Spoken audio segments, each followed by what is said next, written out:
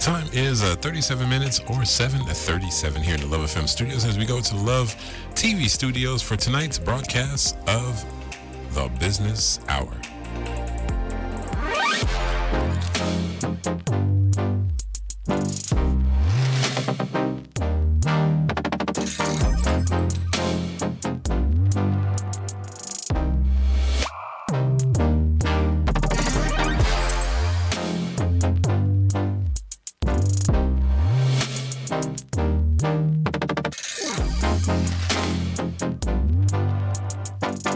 Good night, Belize. Good night, world. It's the most anticipated show on a Monday night in country Belize, the Business Hour for movers and shakers right here on Love Television, Love FM. I'm joined in studio by my co-host Troy Gab. I'm your host Daryl Carter, and sitting on the couch is no stranger to Belize or the diaspora, Brother Wayne Moody. Here's some things very quickly which we just want to talk about. The July finish is done. Come this weekend is the 1st of August. And that means Emancipation Day right around Belize. It's going to be a holiday, and it's going to have a lot of activity by way of chance. It's also Belmopan Day. So they will having their activity bridging the two, Emancipation Day and Belmopan Day, together in Belize City. There will also be a celebration at Ibotong, one of the first settlements in British Honduras at the time. A lot of people believe Uganda way, but it's really where Isaiah Mata statue is.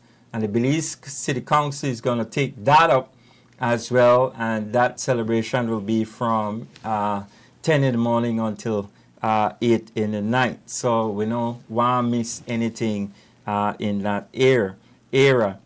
We all know that we're having the festival from one era where we have conchs and where we have lobster and where we have all of these things to do. So that has been taking place, and certainly we say kudos in that direction. This has to do with a lot of fisher folks, and they sell, and then person they make it and what have you, prepare the food and what have you, and it's out there for sale, and there's a celebration marking it while we go along. So that is part of it. WestJet is going to increase our intake in terms of visitors to Belize by way of Canada and Europe. And certainly we welcome that news that they will be flying into Belize and flying out of Belize. But the connection for me is not only Canada, but also Europeans finding their way to country Belize. Over the weekend, and I believe over this week, because of the massive heat and because of greater demand in the Yucatan area, a lot of Belize up north and even in Central have been getting what we call load shedding from BEL. And this sparks a very great conversation. Well, where do about it? Where should I do about it? And what have you? And we like lose focus. We like to lose the thought about the reality where the catching and what have you. But you cannot be independent in another man country where you have your most important plug in another man country. It's time for us to man up, time for us to face and build those solar plants out at Bomba, out on top of the sea where we got the most sunlight attributing to it and so forth. Now make we get into the needs and the nas and the can't and all kind of stupidness where we do in 2026, but move in terms of a direction, in terms of a vision, in terms of where we want to go, and stop this nonsense as depending upon Mexico and having our way in Mexican hands. HRCU is improving its status for its members, and it will be closed on this coming Monday. And they're upgrading their system for better service to our customers. So it says kudos to that. GST take off in terms of school supplies is always a good thing and is always needed. But bring me to the conversation. What happened to the government bookstore that was on our street right there over? What happened to it? What going on? That was something that was needed. Help the poor, help those who are really on Daly Street. But what happened to it? Why we allow it to go in? We need to bring it back. We need to bring it back along with other else things and, meet the demand of our people, because that's not going, that not going down or anything of the sort. So we go in that direction. I got to big up Ernesto Bob, and he has a book out. This is his second book. While he is fine-tuning as we go along. The third issue will be the real issue, Troy. And so we await that production, and then that will be the one that will circulate and what have you. But he has been able to touch on a whole lot of things, highlighting a whole lot of successful people, and as well highlighting his religious beliefs and putting the good Lord out there as well. I strongly recommend it. It's a lot of reading, but for those who are old school, we still read, and I cannot spend a lot of time in a no phone and what have you. Sorry, I'm another kind of person. Me like talk, I like good conversation, and I certainly like to read. And going into that cause you to get into depth and find the kind of juice where they come off of the fruit when you go looking. And I like go in there. Coming to Albert Street, we had a fire on Saturday night, very late Saturday night. I believe about after 11 on that huge building. You have, what's the building name again? I can't remember, but it's a 3-story building right opposite William Kwan, and then the old centerpiece that was there.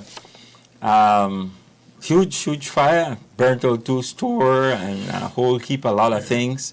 But I think it's Abdo building. And so I just mentioned that, but the good news corner, we have an investor who have bought out Hophius and who is gutting out the inside of Hophius, and who is going to bring a mall downtown in Hophius. And you'll be able to enter in, because Troy, we know that you could enter from Orange Street into Hophius. They actually have a way there, and you'll be able to go through to Albert, and then from Albert you'll be able to exit also out to Orange Street. But that is coming, and we say kudos to those. Troy and Wayne, the lumber is, they take up all the flooring and what have you and start this already. But the lumber that is in there is awesome. Don't know, Rotten? They were well preserved, well chosen, well put together. It's amazing the kind of work that our craftsmen were doing way back then. And you have to say, give them that praise and everything. The one in these days don't last so long. They start rotten pile, they stir and what have you. But they were well built. And so we say kudos in that era. Those who followed Tour de France, he has come and gone that very quickly as we were bogged down in the football World Cup. And so it says, hey, for those who like both of them and watch them and what have you in there. A woman called Nora, something we ought to know about. It's the only woman in country Belize that has suffered at the hands of the colonial master in a way which we want to tell the story. That is coming September the 11th, and Love Television, Love FM will be bringing that also along with us. Queen Street Baptist Church has always played a great role in the Emancipation Day celebration, having a mass in the night And in that particular mass, they highlight slavery, what it meant, what it did to our people, and what have you. And so we go beyond the suffering, we go beyond being locked up, flogged, and everything else, and enjoy that conversation with them. Our discussion with Brother Wayne is one that has been started long ago, but last week I believe it was more, more focus on the Belize diaspora relations.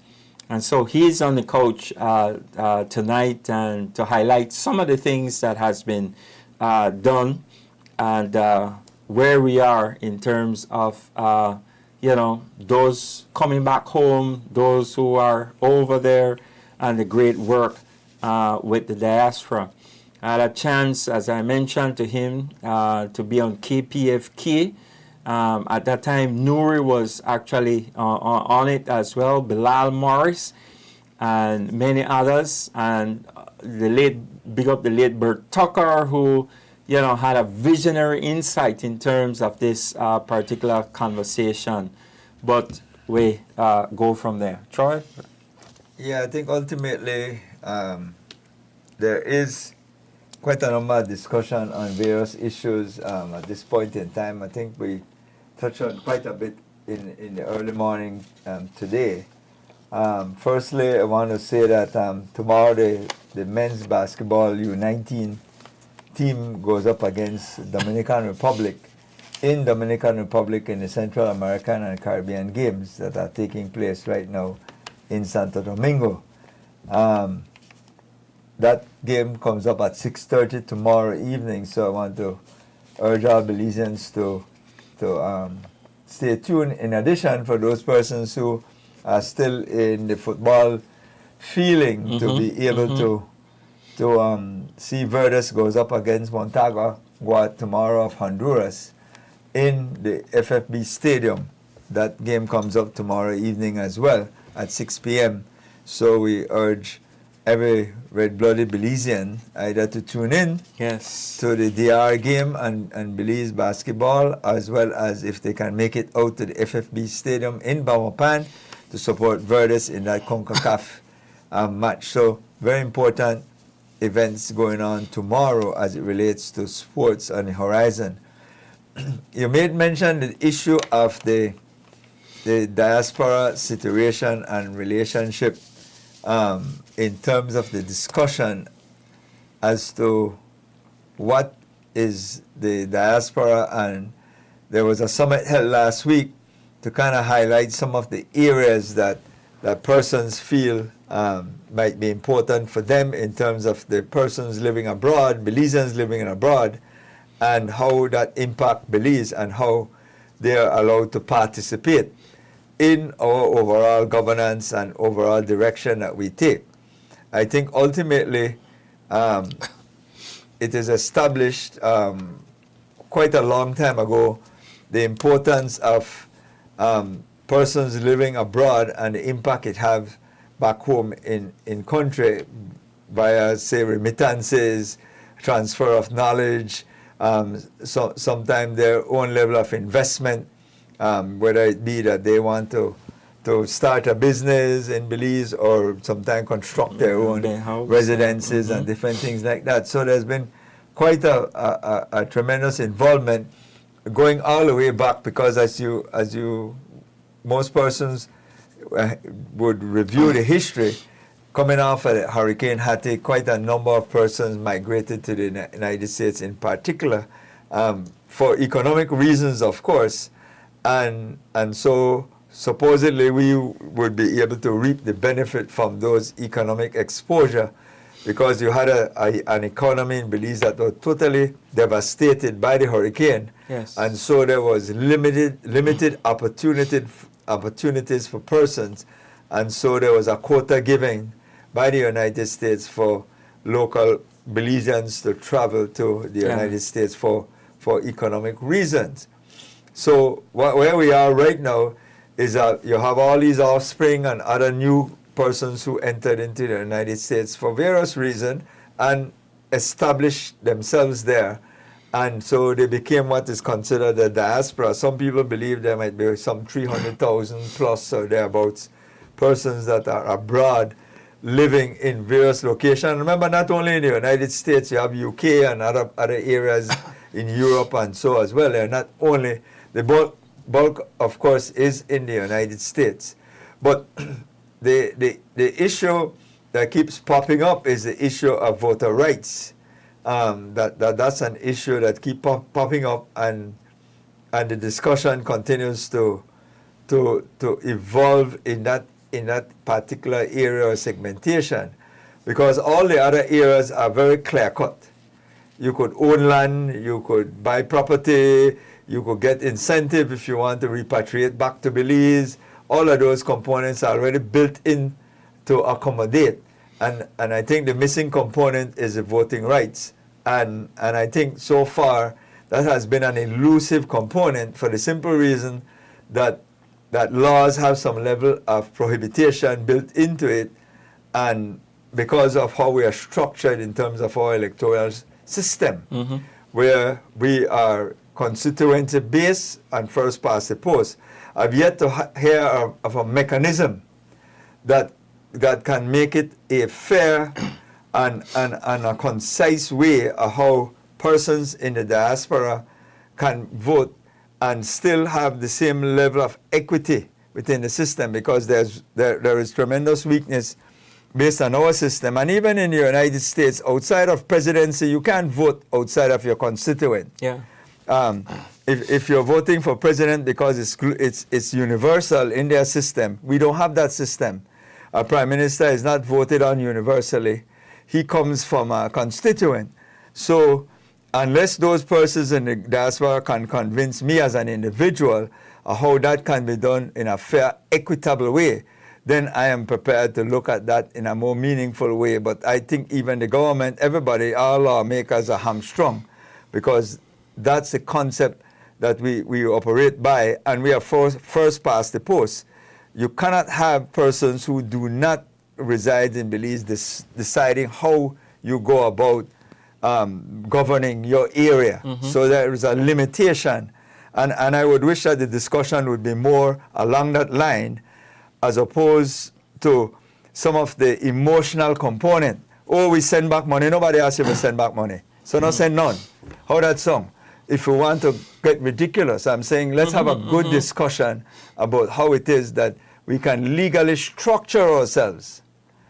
Because at the end of the day, so we could stop the ridiculous talking, because that's what we've been doing. We've been doing a lot of talking as a result of emotions. And I'm saying we hear that, we understand that, but that's not going to solve the problem. We need to be able to find a mechanism. If it is that you want to participate in our electoral structure and system, right now how we are structured is by constituents. You must live in an area about 90 days. Even if you try to legislate and remove that, then we ourselves will find ourselves in problem, because you end up with ghost voters. We already have a system where we don't trust too much. And to create a system where persons where we don't even know who they are, because they're all over and where they're from and how you're participating, that is why you have to register. And how you register because you've established residence in a particular constituent. Yeah. So that's a discussion, and I would hope to hear from Wayne from a standpoint of rationalization, how it is that one can look at our legitimate structure. Look at how the U.S. is structured. They're no different from us. You want to vote for the governor of Texas, you must reside in Texas. You can't live in California and vote in Texas. It doesn't work. No, if you want to vote for the president, it's different. But we don't have that system. Right. We don't have a Republican structured system. We have a Westminster system where the prime minister comes from one of the elected person from the constituent. And unless the persons in the diaspora can solve that problem, that's an unending, never-ending cry that they're going to have that will not be able to be solved. So we have to be able to look at it more in a more rational position, because you can't just knee-jerk and say, oh, we send back money, and so you should recognize this. Oh, we send back barrel. Oh, we do this. Oh, we collect wheelchair, and we do all of these donations, and so that is fine. That is you giving it from your heart. Right. That is not you. You shouldn't be expecting nothing back. You're giving back to your country, who originally generated you. That's how I see it. And I always have this discussion with persons in the diaspora, and I always say, okay, forget all of that. How do you fix it? And then a lot of babbling starts, and we never get to the point. I bring Wayne into the conversation, right. who have returned back home. Yeah. So he's not even a diaspora component anymore. Right. He had participated, and he's now back home. I'm sure he should have benefited from things like DRIP and so on, and I hope he did, and utilize the system to be able to bring back stuff to set up himself here in this country. So Wayne, I will let you join the conversation as it relates to all my preamble that I put forward.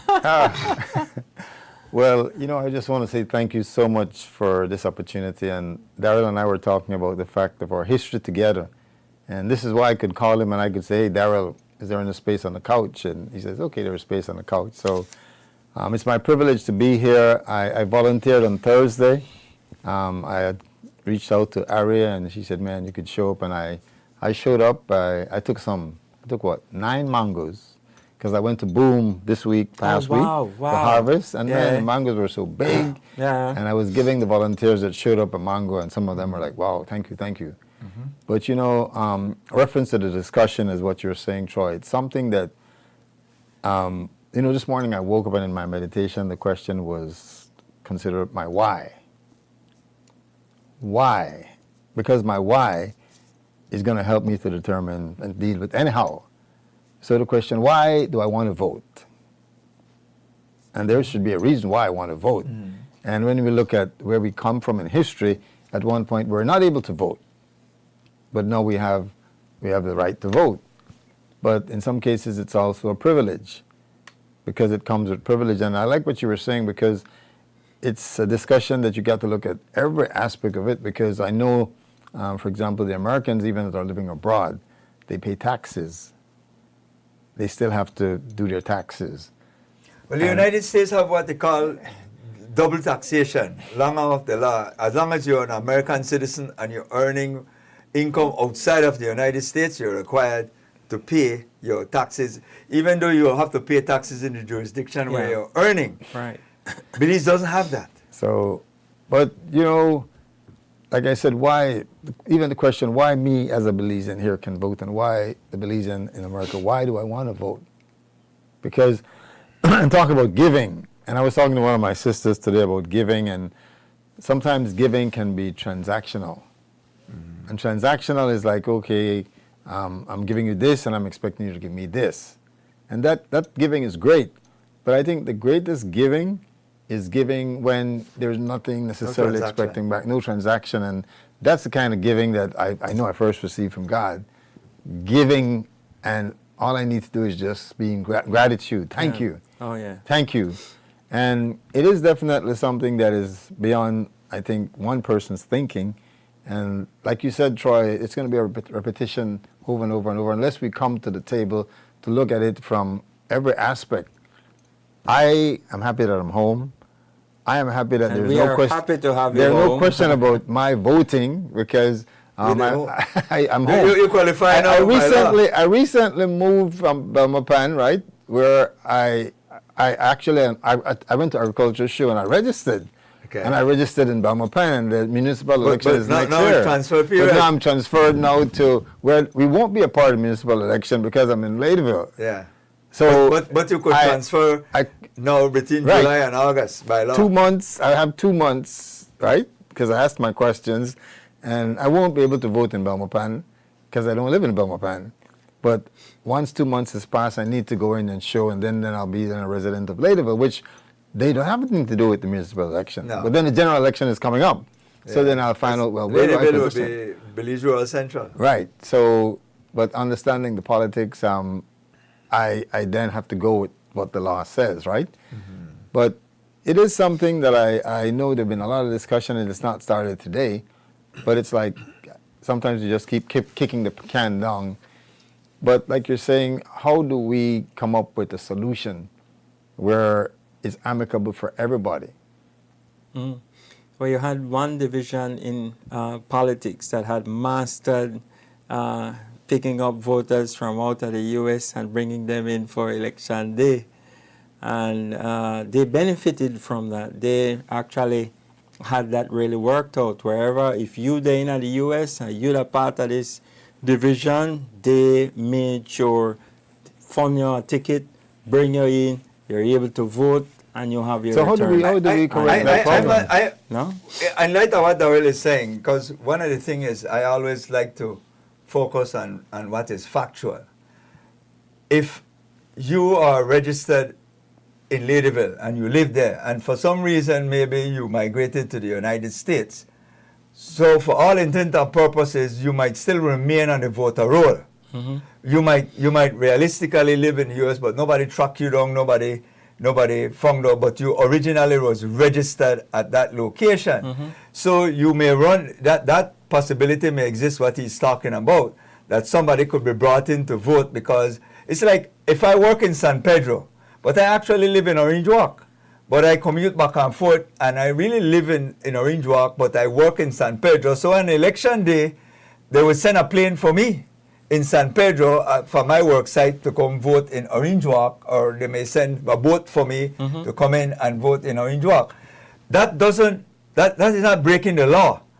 Because the reality is, yes, you may end up with two sets of residents, but you're documented where you originally was registered. You did not report that you moved or migrated to the U.S., but so you're still on the election roll. So if I find Wayne, and Wayne live in Texas for the last 6 months, for argument's sake, I can send for Wayne to vote because he's still on the voter list, because he hasn't come off the voter list, because nobody went and checked to see whether Wayne still live at wherever, at Ladyville, for argument's sake. One other question that But that is not the same as somebody living outside of Belize who now wants to come and vote. That's totally different. You have to be registered on the voters list in order to vote. Right. Well, my question, which is a fastball from an outfield, the monies to do what you do, reference to say elections, because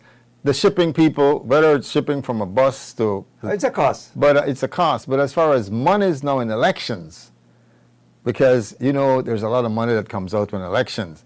And one of the things that I know for a fact is that there are people who they vote because they get money to vote. But the people that has... But that's again, changing the conversation. No, but I want to, because we're talking about voting. No, but we're changing the conversation We're as talking far as about diaspora is concerned. That bringing doesn't people help. from abroad to pay for them to come, right?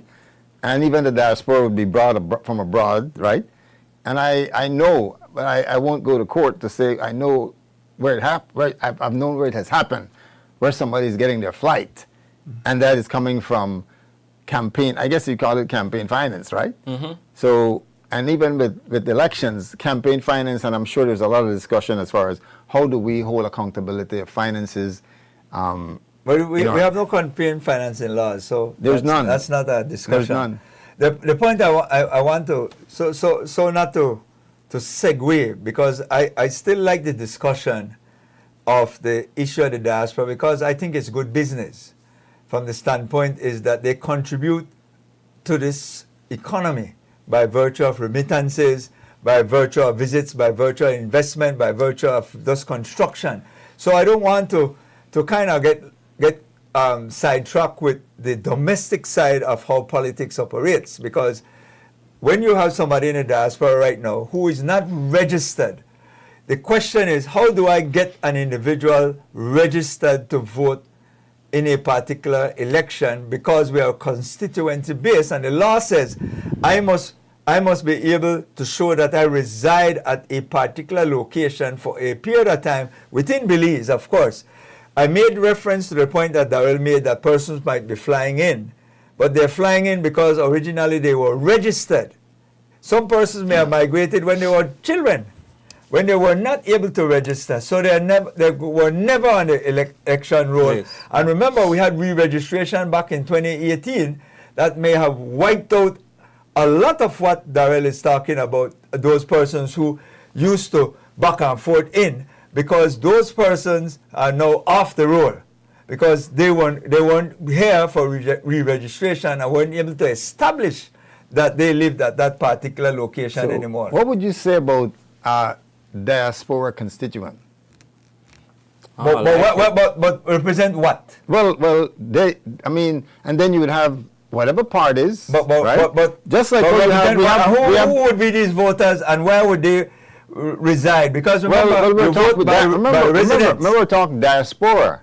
Yes. So if there's a diaspora constituent, then PUP, UDP, whatever P, could have a candidate, diaspora candidate. Then the diaspora. So where do I go and campaign to these people? Where do I find them? Because I have to campaign to them, I have to find them, I have to bring them in to vote. No, I'm saying we're looking at what can work, right? No, but I'm saying so. The idea would be this: we have 31 constituents right now, right? That's a law. That's a law, and it doesn't mean that you can't have another one. I mean, there's a lot of talk right now, even with the constituents that we have. But if you have a diaspora constituent, and just like you would have, let's say Albert, and Albert has a certain amount of people in Albert. Now the diaspora, you have to be registered diaspora, and then you can cast a vote diaspora, and you continue to supply and give whatever you're giving diaspora, but you have a chance to choose someone who would then sit in the House as a diaspora, whether it's going to be PUP, UDP, or whatever P, but then someone that happens to be credible. I mean, there's an adjustment that can be made reference to say we have a constituent. What's the benefit of that? Well, it's going to be again an opportunity. What's the benefit? It sounds superficial or cosmetics. No, if there is someone that represents a diaspora constituent, then that person then has a place to say be a part of. But what? But to do what? Because when I elect somebody from Queen Square or from Albert, that they have an actual constituents that they serve, whether they try to fix their drain, help them with their education, or housing or whatever. Because these are people like I see, touch, and feel, because I am among them every day. How does somebody in the diaspora benefit from just saying I elected somebody to say I am the diaspora representative and I don't know. I sit in Parliament. Whatever the needs are for the diaspora, then the diaspora representative would basically be covering the needs of the diaspora. I know we have now a ministry, right, that deals with diaspora. But what if there would be... And the question is which diaspora we're talking about. Because remember, diaspora is not only in the United States. Europe, Latin America, they're all over this world. But that's what I'm saying. So how do you countenance finding these people and making them represent? Because remember, when you are a constituent, you first register. Right, so the people would have to register. They would register, whether you're in Europe, whether you're in Canada, you would register as a diaspora, right? For the constituent diaspora. And how do you get somebody to run for that? That's curious. Well, again, how do you get somebody to run when you have a campaign? Yeah. We have, for example... Show up. You don't have to worry about people that. show up. You will need a constitutional amendment, obviously, because right now we're locked into 31. We'll definitely need an amendment. To make it to 32. If I follow your suggestion. Or maybe two. You're already having this conversation, though, because just last week, the government of Belize went to Florida, went to a particular area, and they're having services being, laid out to them. You could register for this, you could get this, you could whatever. No. Be specific. Don't mislead people. You could go there and you could get your passport renewed. Services. But you have to be specific, because it's not everything that was out there. Nobody does say It was everything. immigration. I'm just it was saying immigration. that kind of model that you watch where the representative for the diaspora comes in. But that is why you set up consulate, because remember, you always have to look out for your citizens that are abroad. you always do that, and that is what any state will do. That's why the embassy is set up here, because also Americans can get services. So instead of setting up an actual embassy in all of these areas, or you set up sort of consulars or consulate, you go there and you take the service to them. But you want to renew your passport, because remember, Belize allow dual citizenship. We allow you could come to the airport and you decide, I want to use my U.S. passport or I want to use my Belize passport. Yeah. So persons who want to use a Belize passport, because I don't want to pay departure tax and all that, and kind of thing, they benefit that. Because there's a benefit you get for being a Belizean. Go back to the why. Why? But when you're a U.S. citizen, when you're traveling to the United States, you can only use one passport. They recognize only your U.S. passport, because they don't allow dual citizenship. They don't recognize dual citizenship. They allow you maybe if you want to carry your Belize passport, but they don't recognize your dual citizenship. That is why when you get your citizenship, you pledge allegiance to the United States, to only one nation.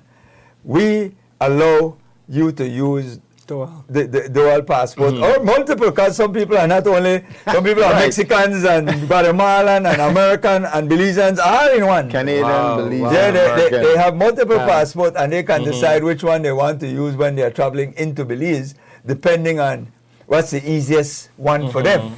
You know, if you come with a U.S. passport or you're Canadian or whatever, you get 30 days to stay. If you come with put a Belize passport, you stay forever. You don't have no limitation. The why. But you're still allowed, once you follow the law, to get your Belize passport. You're not prohibited from that. Good night, caller. Good night. Can you put me on? Go ahead, Don Hector. Don Hector! Now remember that in the house you have to have an odd number. You cannot have 32 members. There has to be an odd number. Well, be that 33 now then. 31 or 33. So you will have to have two candidates for the diaspora. All right, for okay. US or one from the United States. All right, okay. So it's a part, you know, that is, you have to have an odd number. You cannot have just add on one more or whatever. Thank you very much. All right. All right. So we're That's about good, Don Hector. And somebody remind me. Somebody remind me that it's very complicated, because persons like in the United States and some other jurisdiction, you pledge allegiance, and so you give up your right. Technically, that's what pledging allegiance. So how you want to vote in a two-spot? How you want to vote? Maybe if you're a resident, like a green card holder, that might be a more discussion that could be applicable to those persons. But persons who have pledged allegiance, how do you countenance the fact that you have decided that you want to be a citizen of that country, and therefore you want to vote in this country? Yes, you might have relatives here who you support, but you don't have the same right as somebody who is a true-born Belizean who have not pledged their allegiance to some other country. Good night, caller. Yes, good night. Good night. Go ahead, caller. You're on the air. Yes, I think, good night. I just want to be a part of the conversation now. Go ahead. Yes, I think that the first thing you have to look for what the Constitution says about when it comes to rights to Belizean, right? I think the Constitution says that Belize is built on the principle that all citizens are entitled to equal protection under the law and fundamental rights. Voting is a right, right? Mr. Troy, is voting a right? Yes, if you're a Belizean. If you're a Belizean. Yeah, if you give up your right to be a Belizean, then you're no longer a Belizean. No, Belizean allow dual citizenship. So if we allow dual citizenship, then we are saying that we, for example, we can be a U.S. citizen, but we still can be a Belizean citizen. So despite that we are a U.S. citizen, we are still a Belizean citizen. So as a Belizean citizen, we have the right to vote. So let's start. But you give up your allegiance, though. No, but you're still a Belizean, and you're allowed by the Belize, because you're allowed by Belizean to have two citizens. Yeah, but you don't fulfill the Constitution of residency, because remember there's a requirement also under the way how we're presently structured that Sir, just allow me. We are not there yet. First thing I wanted to to ensure that we are on the same page. Oh, we are not on the same page. Me and you not up on the same page. I had to tell you, you give up your right. I allow you the privilege to have a Belize passport, but you already give up your right and allegiance to Belize, and you give it to another country. I am saying to you that is something that has to be discussed at length, because I will have difficulty with somebody who give up their allegiance. Let's start discussing. Well, that's what I'm saying. You have to allow me as your caller to. Go ahead. I will not interrupt you. Go ahead. My thing is, we agree that as long as you have a Belizean passport, you are a Belizean. And as a Belizean, you are equal to all rights. So let's start there. Then the second thing, I heard the conversation about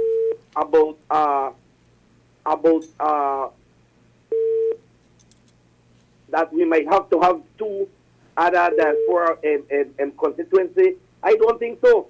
Presently, I think that to register to vote, you have to be 18 years or older. You have to reside in a certain constituency, and that can be changed. So look, we don't need can make an. So anybody could vote any way they want. Then is that what you're saying? If you're saying you can change that. No, we're not change that. If Troy Gab live in the USA, Troy Gab live in the USA, Troy Gab come from somewhere. You come from Belize City, let's say Fort George. I don't know where you come from, so you will register in Fort George. I don't understand your logic. I'm trying to follow your logic, because you're saying I left here as a child, as a small child, a Belizean born here. I wasn't registered, and for some reason I want to vote, and I could make up any area I come from. But let's assume there's some proof of me coming from any area. You said Fort George, so I come from. I used to live in Fort George. I went to the U.S. for the last 20 years or plus, and now I decided I want to vote. And because I have lived from when I was 2 or 3 for the last 20 years now, I say I want to vote in Fort George. So now I come and I influence what's happening in Fort George, who represents me in Fort George. Me who live here for the last 30 years in Fort George, somebody foreign come and influence that decision? Is that what you are saying, that is fair and equitable? No, but Troy, what gives you the right to vote is not because you are from Fort George, you know. What gives you the right is resident. It's to be resident in that division. Right is twofolds. Right is twofolds. One, you're registered, and the way how you're registered has to be two things. That one, you're a Belizean, and your constituency is applied there. There's two components. That's not one. No confuse the issue. It's two things. Two. Because we vote by constituents. We don't vote willy-nilly. Brother, I hear you, but I'm telling you, at present, how it is right now, I'm sure, I'm confident to start it. Let's talk about the diaspora. Many Americans from abroad come to Belize. They come to Belize, and they get registered, because many American Belizean have or wherever you're from, many of them have a house, a home in Belize as well. Okay. And they go to the election boundary and they register with that address at present.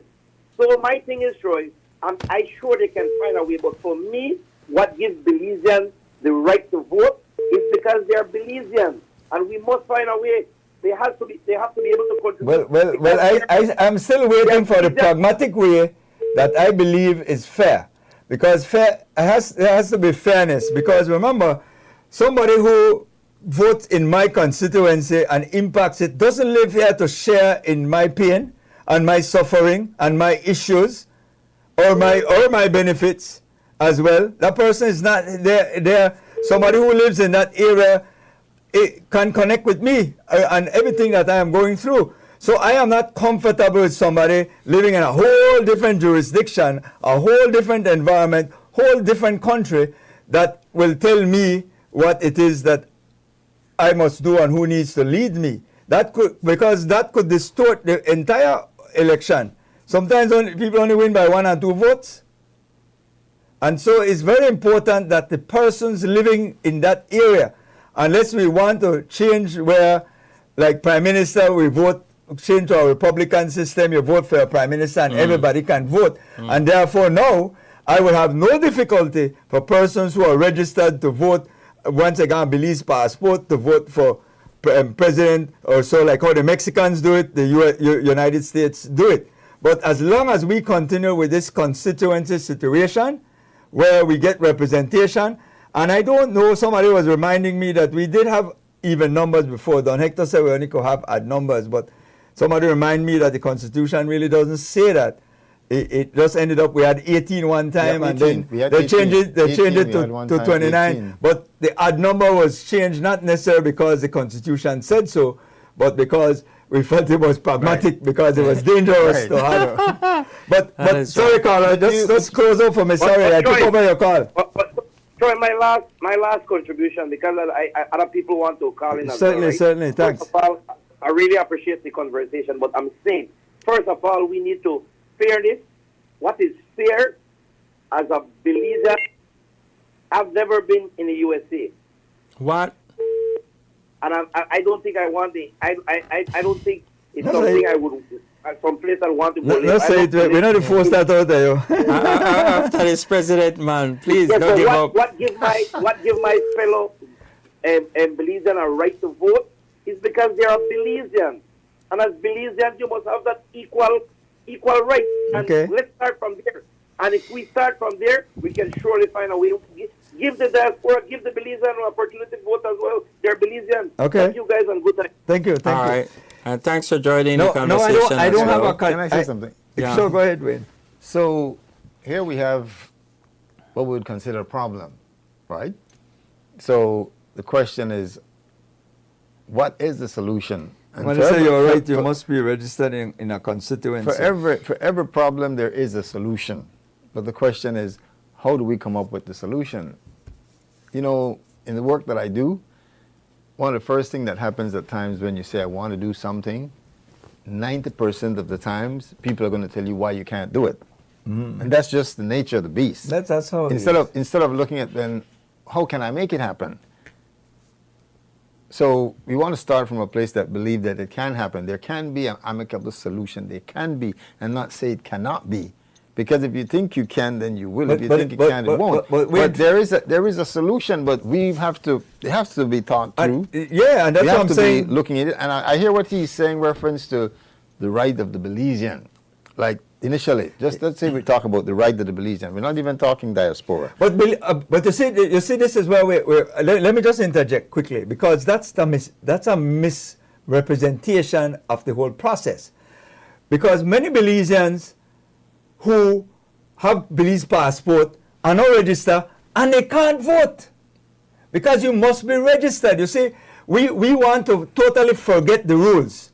No, but because even in the United States, you could be an American, but if you're not registered to vote, you can't vote.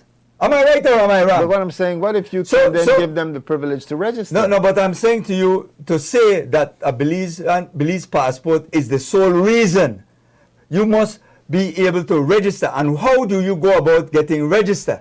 That is where now the rules come in. How do I register? First thing first, I have to have a Belize passport. Okay, I have a Belize passport. Right. Secondly, I have to now register. Because right now we have Belizeans who are living in this country right now who doesn't want to vote, so they name register. So that is not a criteria.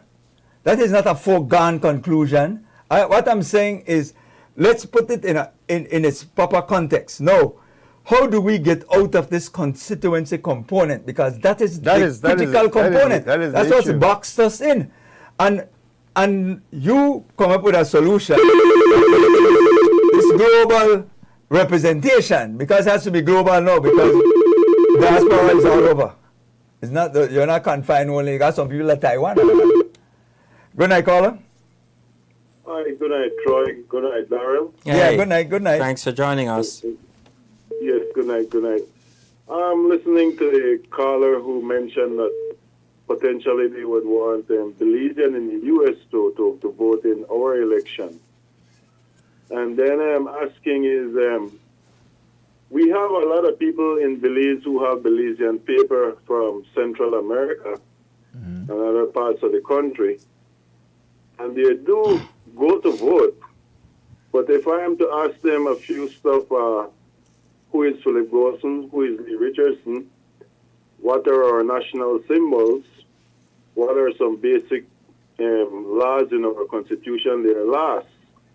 Now, hold on, I want to clear up something. You said they have papers. What papers did they talk about? Because only one thing allow you to vote in this country, it's your passport. But Troy, I want to carry on. When Belize they play Guatemala or football. Hold on, man. No. See, this is it. But this is the emotion side. I'm talking about the facts.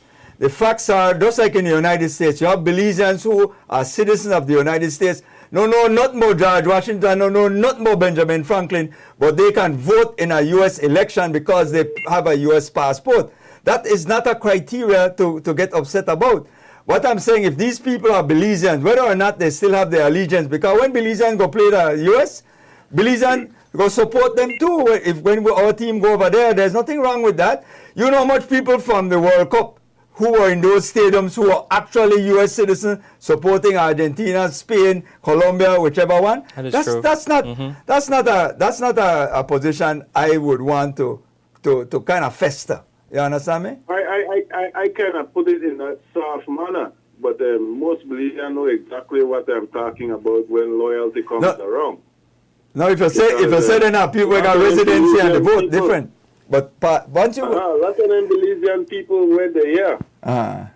If we have a war with Guatemala and some of them got Belizean people, you'd be surprised who they collude with. And then we have people with Hold on, Carl. I want clarity. Are you referring to people who have Belizean citizenship? Is that what you're saying? Because when you say papers get the impression that maybe they got residency or so. I want to be clear what your point is. Your point is that they are Belizean citizens. There are Guatemalans who got Belizean citizens. There are Salvadorians who got U.S. Belizean citizens, Nicaraguans, Honduran, and is that the people that you're talking about? Yes, sir. Okay. I'm glad that you fixed my statement. No, listen, man. I'll try to clarify. Yes, man, and if you to look at the amount of money that people send back from the U.S.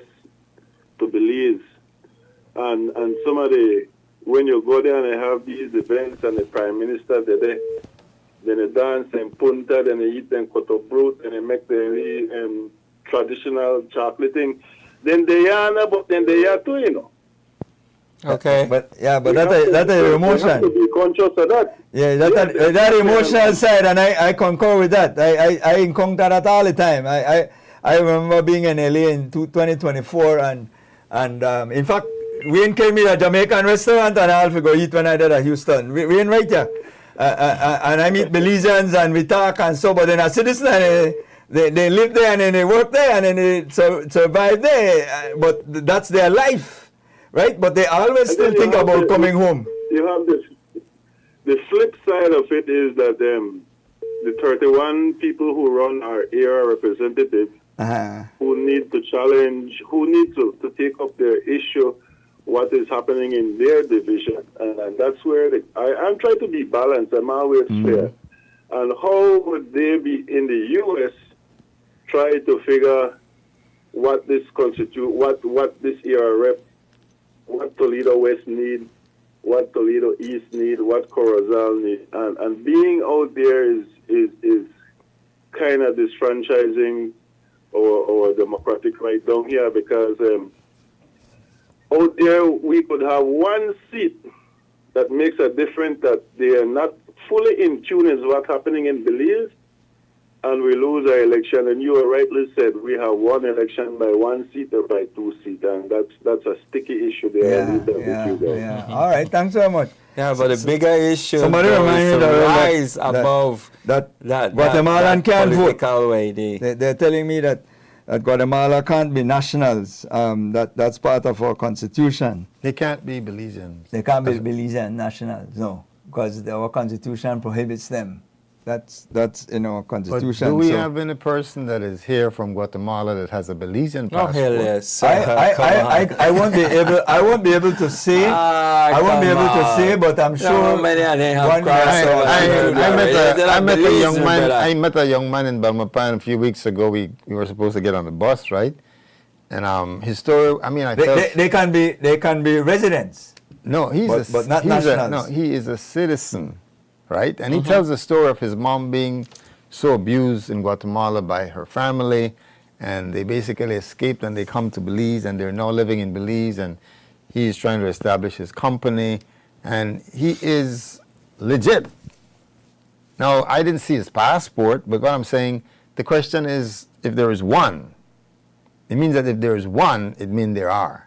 Yeah. So if there's one Guatemalan that is But actually what I'm required- saying, the Constitution prohibits. well, we know the Right. Constitution So- prohibits you so- shouldn't even have a passport, and you shouldn't even buying a passport. But But that's happening. But, I- you it's see, happened. but my point is, Wayne, and this is where oftentimes we make mistake and we don't get the conversation in at the right place. Because for want of a better description, we tend to muddy up the waters with several other issues which distort. Because for me, I still think that this is an important discussion to have in terms of our born Belizeans who have migrated to the United States and who have this clamoring or this discussion has been going on for many, many years. This is not just today. Good night, caller. Yeah, hello, good night. Good night, good night. Yeah, brother, sorry, brother, Darrell and brother Moody. Bye. And I never hear a good while, my pal. They listen to what happens, eh? All right then. Good for hearing from you though. A great learner is a great listener. No? I hear you. Oh, listen to me now, right? I will be very quiet. The book now for election. You got Guatemala running up to win election, Guatemala. No, they talk about. Guatemala run in up to win election. I can tell you that. One another thing why they don't want the diaspora, they input in the election because they can't influence them. Like when they buy votes to $50 and $100, yeah. Then people out there, a lot of them independent. And they got sense. All like that, people are just to grab 50 and grab 100 and then they buy out election and then people have to sell out themselves. You can't do that with the diaspora. So that's the way they free fans. They will influence the election. And that's the way PUP and UDP free fans. That's why they don't want one another thing, right? And this is especially in this country where we live in, where our kids, our grandkids are living in. We have to let it better than we find it. These elected officials, these criminals, will say they got their own private business in their ministry, their own family business in their ministry, and they siphon up millions of dollars for the Belizean people. And this upon the news. I don't mean to say this. For the Prime Minister brother involved. You got the cabinet secretary they involved. The mayors there. You got the Marine. You got for the CEO. Kind of enlarged involved. That you fight then watch and then call to the DF there. When you baby back with this? The man saying he had 32 years and he has never eaten yet. So where did they come from? Where the shrimps come from? Where the lobster come from? Which part then there? Who they eat it? The be there for them to eat it, so now who they get it? The man saying he had to be there 32 years and he has never eaten baby back ribs yet. I think we can encourage that. We have to start to call a state, regardless of their own picnic. We have to call out one in this country, only so that this country and move forward. You know? Because people they out there, they take lake baths, and while all of these people do that, get in our government, they can enrich themselves and their family. Okay. That's all they do. All over the known corruption in this country. And it's a UDP, PUP. Okay. Look how they well off. Look how they left with, when they get in and when they come out with. You know, I think well, I think you left the diaspora. yeah. You know, Carla. You know, Carla. They tell us the diaspora why they don't want it. Oh, why they don't want it? Oh. You know, it may have been. I don't remember what year it was. Under the Dimbawa administration, they had put forward an actual constitutional amendment that they pulled back to be able to find a mechanism to get the diaspora involvement. You recall that as well, and even that fall by the wayside because they never got the level of support. Some people say, let's go to a referendum. I don't think that I don't know that that will be successful. I think that won't be successful. Going to a referendum. I think the discussion, what we are having right now, is possibly the best way to go right now, to be able to build some sort of momentum to find out what would be the best way. I would not want to get into the reason why political parties can't come up with a solution. I think they themselves will want to try to find a way. You see how much we are trying here right now in discussing several angles. It is not as clear-cut, it's complicated. And so my position to most persons is for us to have this discussion in a sober fashion so that we don't, because it's easy to sidetrack, you know, Guatemala and the vote, this the vote, and that then change the conversation completely, takes us off the subject matter of finding a solution for persons who live who are Belizeans. Why would you talk about Guatemalans when we are trying to find a way for persons who don't reside here to vote? If Guatemala, I don't know that. I'm saying I'm not going to countenance what I can't prove. What I will say is that it's supposed to be persons who are registered on the election roll to vote. Those persons got on there because they fit certain criteria. Whether you want to call that the system was corrupted and did all of that, then you'll sound like Donald Trump. What I'm saying is, right now, if we want to find a solution for something that I consider to be a legitimate concern for persons who live abroad, forget this word diaspora, but persons who live abroad, because that's what makes them different. They're living abroad from this country. So how it is that we incorporate them in our electoral system?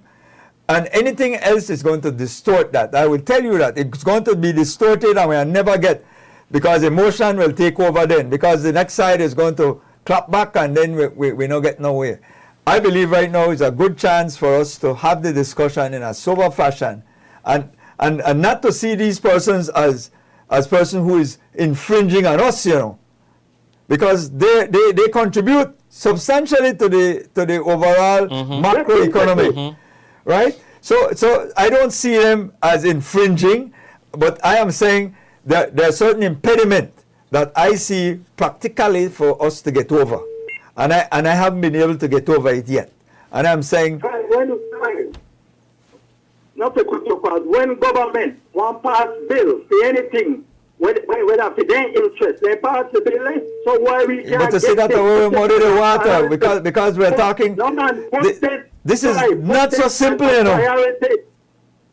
Yes, but the only way it becomes a priority is if we discuss it. If I don't bring it up as a discussion item, then this is not an issue. It doesn't become an issue. It doesn't give you... You know, this is over 30, 40 years.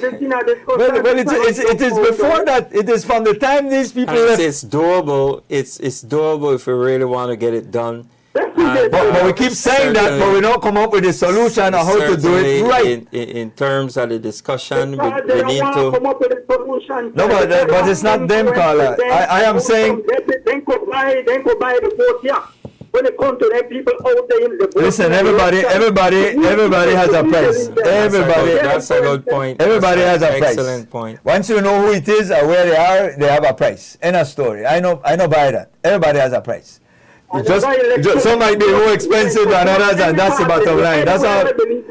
It's England, Canada, America. Well, no. Say no. That makes it even difficult, because if you can't find your constituents, what's the point? What's the point? It's your constituent. These are persons that you're supposed to represent in a constituency structure. That's why I'm saying, that's why we have to have the discussion soberly.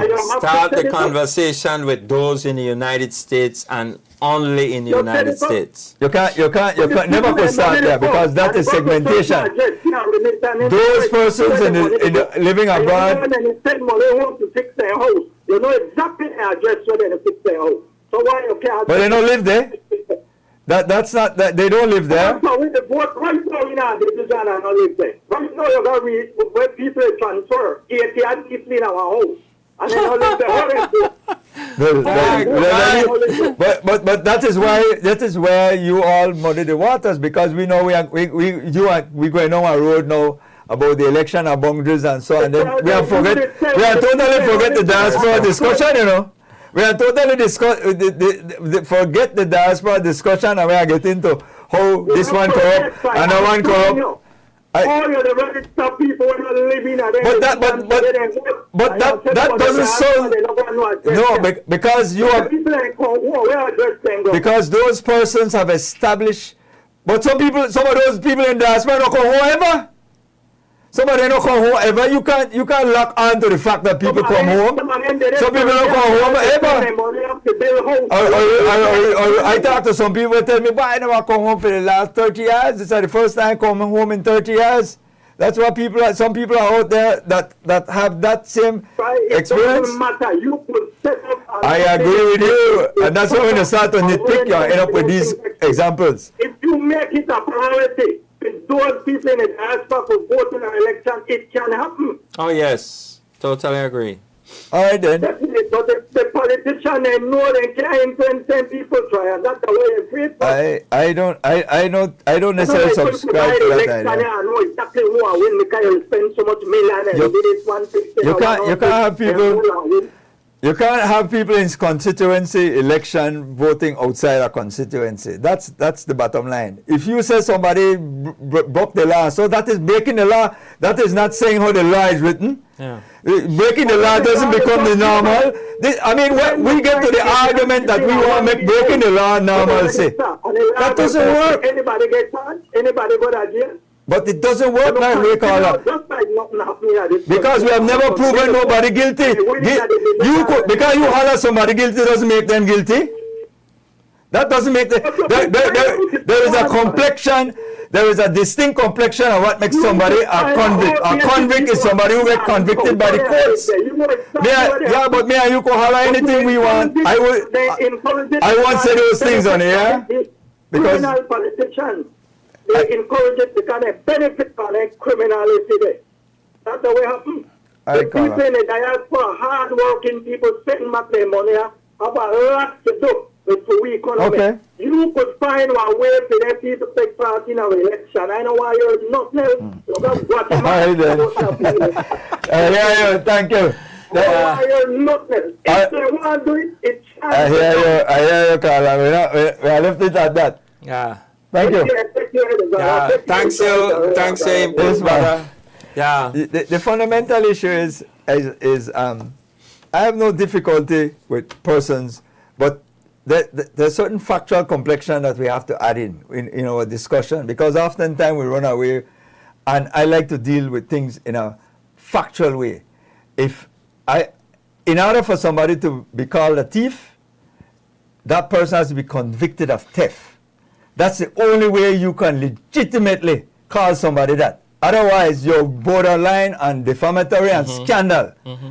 I could imagine anything. It's about a teacher that over and over, factual guilt, legal guilt. The bottom line is you could have all kind of perception you want. You could holler Guatemala and the vote and this, but if you can't bring me the proof, you are just a voice crying in the wilderness. Because we like to do that. And that doesn't solve our problem. You have to be able to convict people in order for them to be guilty. We can say categorically, persons who have been convicted, they are criminals. If you're convicted of a crime, whatever crime it is, whether it's theft, murder, whatever, you can be classified a criminal. You will not be scandaling them. You will not be defaming them. But we have to be very factual because what we do, we muddy up the waters and we make the discussion without no solution. Because so far, you tell me, yes, we could do it. And I said, yes, I don't think that that there is a huge disconnect about persons wanting to get persons in the diaspora to participate in the electoral process. But all these areas, including all the great minds, the Dean Burrows et al., they haven't been able to come up with a working solution that makes sense and is equitable and fair. They started with an amendment, a constitutional amendment, and that got shelved because they could not get over the hurdle to convince Belizeans that those persons can participate. Not because you said they could do it, they could pass a law like that. No. That's a constitutional law that has to go through a process of amendment that will require consultation, and you'll get the level of pushback like Dean Barrow got. And when he got the pushback, he backed off. Yeah. So you're going to get the same pushback because we can't find a fair, equitable way to structure our constitution and our electoral system to accommodate for persons who don't reside within the 8,867 square miles.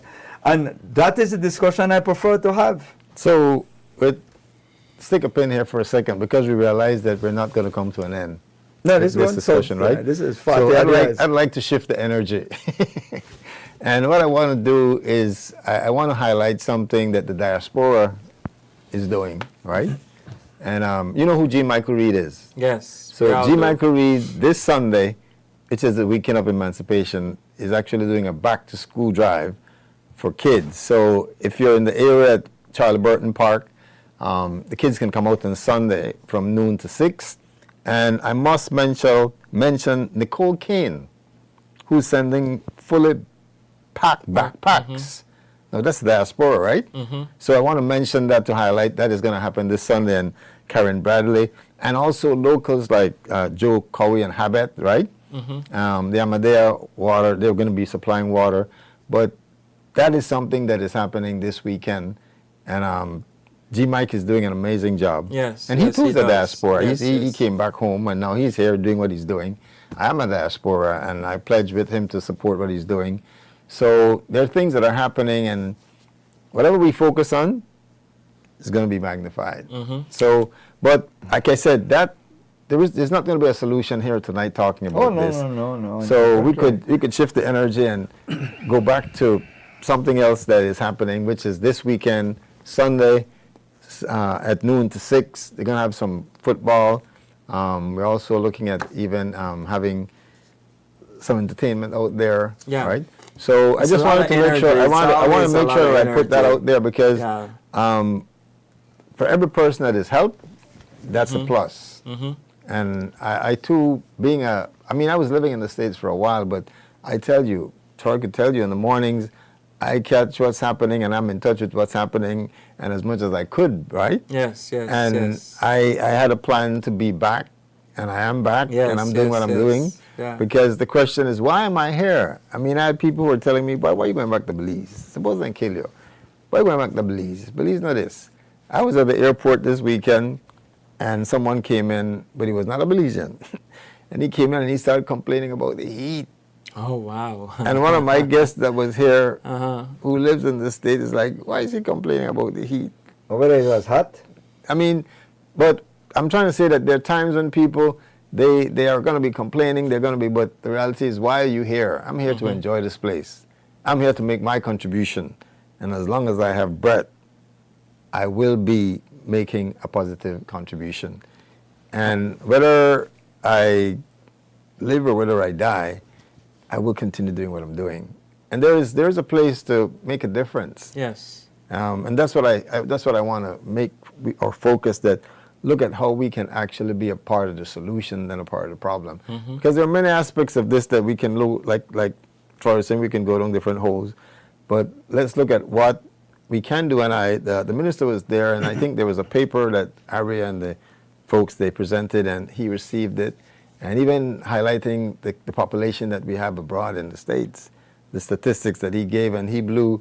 Noor was like, "Wow, I didn't know that that was the amount." Yeah.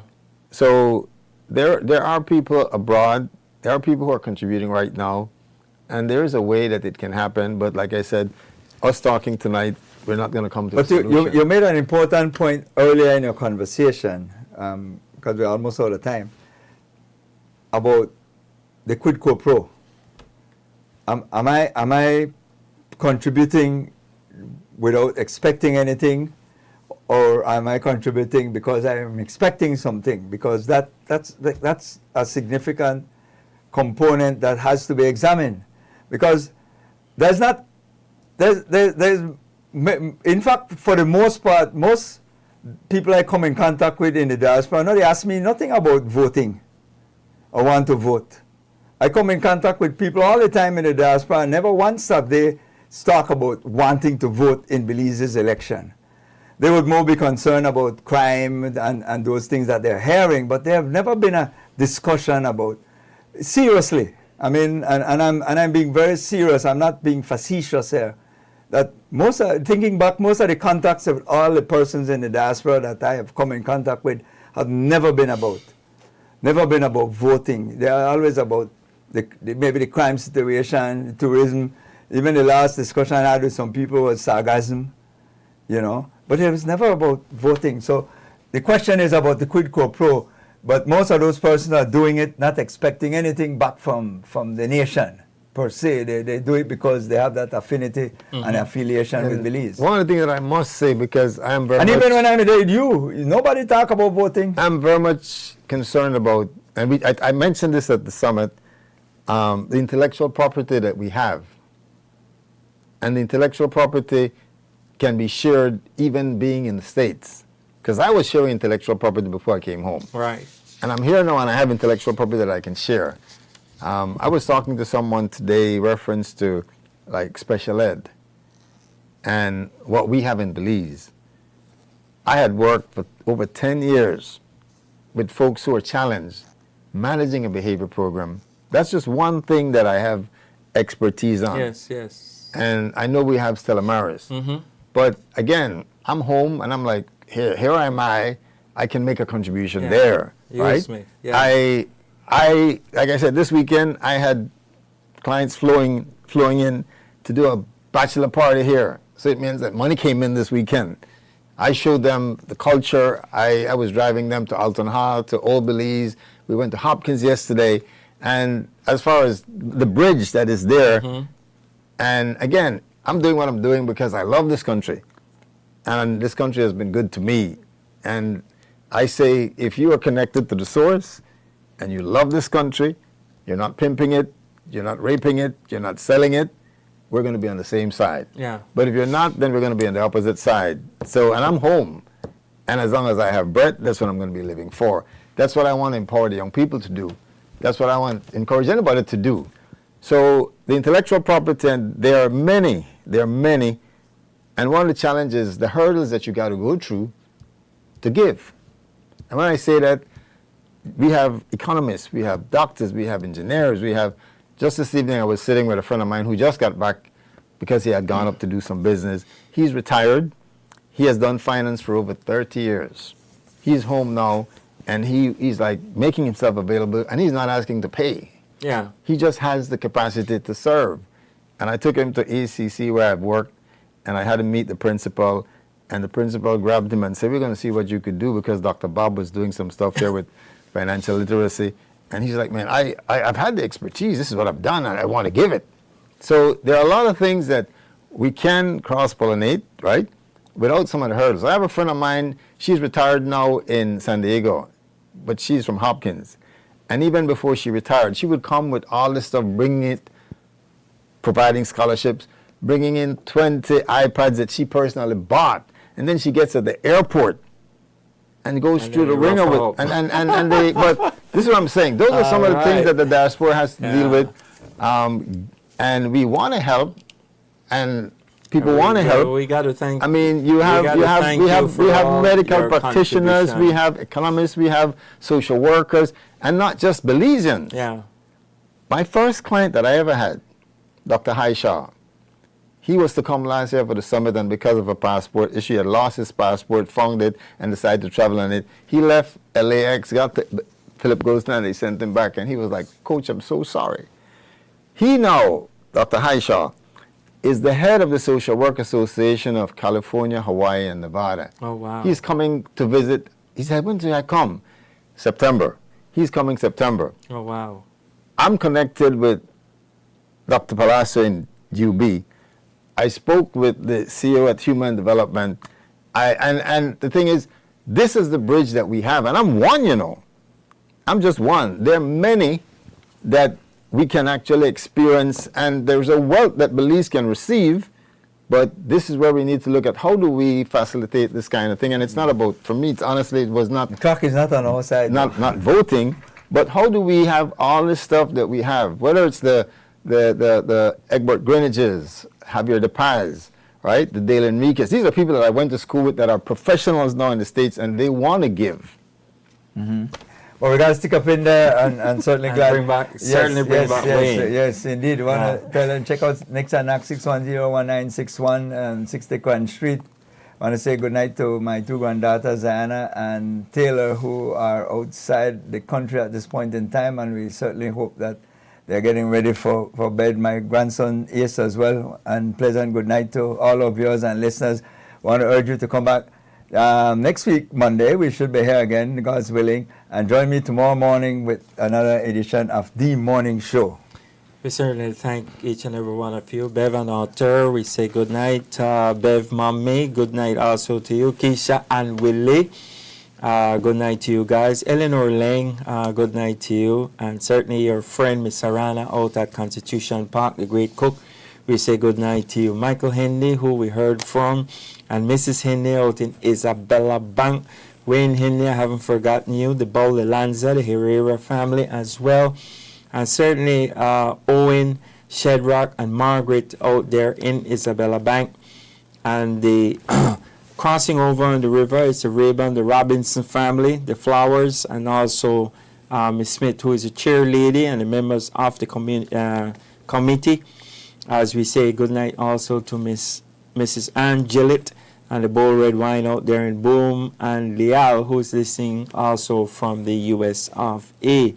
I certainly have to hail up Miss Rosalind and the Smith family out there at Landing, and Miss Wade out there in Cookie Tree, who brought me some cashew nuts. And I got to say thank you. Groove, yeah, Groove also listening, and the guys out at the Chinese shop. We say good night also to you guys. So Darrell Dice Brooks, we say get well, my brother. God's blessing on you and also your family. Dion Brackett, Bala, our number one runner, Crocus, Wani, certainly Wayne Hope, and certainly Willie White out there in Raccoon Street, as we hail up Mud, and we hail up also your buddy Buck. Next door, Miss Rose, certainly Junior, and certainly Miss Dahl, we say good night to you, and certainly Glenna and the lady, I haven't forgotten you. And to Brenda Lee, the great cook there on Carson Street. She does bread. Last week he did bread and bun, and they were sold out on a quick time. And I keep on telling Chairman the same thing over and over. This is going to happen. And hey, this week, bread, even though the holiday, get your stuff and get your order in. Certainly CC and Basil. Make you order for them. CC, Basil, and certainly St. Michael's, and certainly Murty, and certainly all you wonderful guys in it. Delroy and the guys them over at the other shop, we say good night also to you. And coming down, I gotta say Supreme Meats, Latino Barber Shop, and certainly Miss Wilma's, and into my store, which is Habet and Habet. I was there twice today getting stuff done, where I saw Olga, I saw Jeannie, and I saw Carmita, I saw Marsh, and certainly Match Jr. Match sometimes, Mrs. Match who listens to the show, Dino, Basil, Miss Lisa, Miss Joe, and schoolmate, all you wonderful guys who we run into from time to time. Muddy's, the wine factory out there at Magazine Road, and certainly the guys at the Constitution taxi stand, as we big up, as they always listen also to the show. Miss Hope at King Street, the foot of King Street Bridge, Cedric Flowers and his accounting firm. It's over 65 years. My number one washer over on the other side. And certainly Miss Tucker, she's still keeping the store going. Posh and all these ladies along the line keeping the store. And Armin's buddy, who is Norman. And certainly Jerry Brother, who is running the little mom and pop right at the corner, King and Albert Street, and into Trims, where I get my zippers, my threads, and everything to work with, into Mikado's, where I see Tear. I run into Mr. Match himself sometimes, and certainly Caroline, and all you wonderful, Sandra, all you wonderful people who take care of us. Errol, the Burger King, we have forgotten you. James Lightburn and my sister Angie out in Canada. I hope you all are listening to the show. Peter Carter, Tony Novella, who celebrated his birthday. And I find that a lot of people celebrate their birthday in this month, in the last portion of this month. And we say kudos also to you. So all of you who listen, all of you who was in tune, and certainly Wayne Moody, who have found time to come out and share with us on behalf of Troy Peoples on Love FM, Giovanni, who is our facilitator on television, and Troy and myself, we say thank you. Join us same time next week for the business hour, as we are out of here, Belize.